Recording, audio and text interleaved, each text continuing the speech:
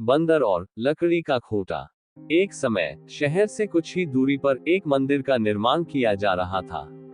मंदिर में लकड़ी का काम बहुत था, इसलिए लकड़ी चीरने वाले बहुत से मजदूर काम पर लगे हुए थे। यहाँ वहाँ लकड़ी के लट्टे पड़े हुए थे और लट्टे व शहतीर चीरने का काम चल रहा था। सारे मजदूरों को दोपहर का भोजन करने के लिए शहर जाना पड़ता था, इसलिए दोपहर के समय 1 घंटे तक वहाँ कोई नहीं होता था। एक दिन खाने का समय हुआ तो सारे मजदूर काम छोड़कर चल दिए। एक लट्टा आधा चिरा रह गया था। आधे चिरे लट्टे में मजदूर लकड़ी का कीला फंसाकर चले गए। ऐसा करने से दोबारा आरी घुसाने में आसानी रहती है।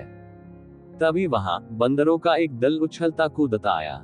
उनमें एक शरारती बंदर भी था, जो बिना मतलब चीजों से छेड़छाड़ करता रहता था। पंगे लेना उसकी आदत थी। बंदरों के सरदार ने सबको वहां पड़ी चीजों से छेड़छाड़ न करने का आदेश दिया।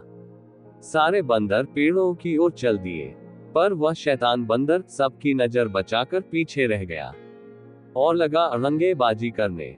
उसकी नजर आज चिरे लट्टे पर पड़ी। बस वह उसी पर पिल पड़ा और बीच में अड़ाए गए कीले को देखने लगा। फिर उसने पास पड़ी आरी को देखा, उसे उठाकर लकड़ी पर रगड़ने लगा।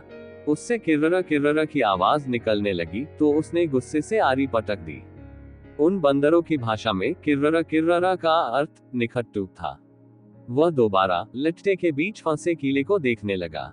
उसके दिमाग में कौतूहल होने लगा कि इस कीले को लट्टे के बीच में से निकाल दिया जाए तो क्या होगा। अब वह कीले को पकड़कर उसे बाहर निकालने के लिए जोर आजमाइश करने लगा। लट्टे के बीच फंसाया गया कीला तो दो पाटों के बीच बहुत मजबूती से जकड़ा गया होता है, क्योंकि लट्टे के दो पाट बहुत मजबूत स्प्रिंग वाले क्लिप की तरह उसे दबाए रहते हैं।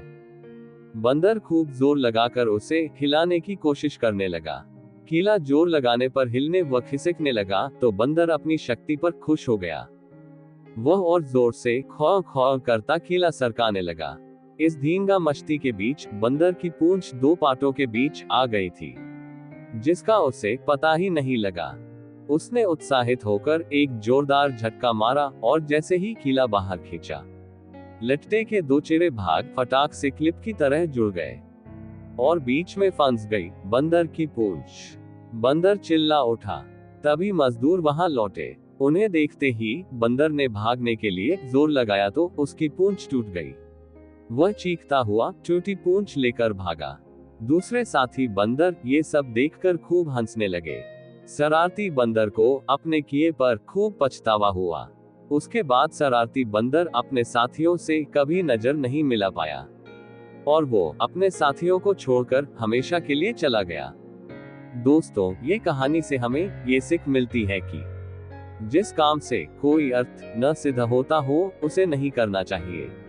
ऐसे व्यर्थ का काम करने से जान भी जा सकती है।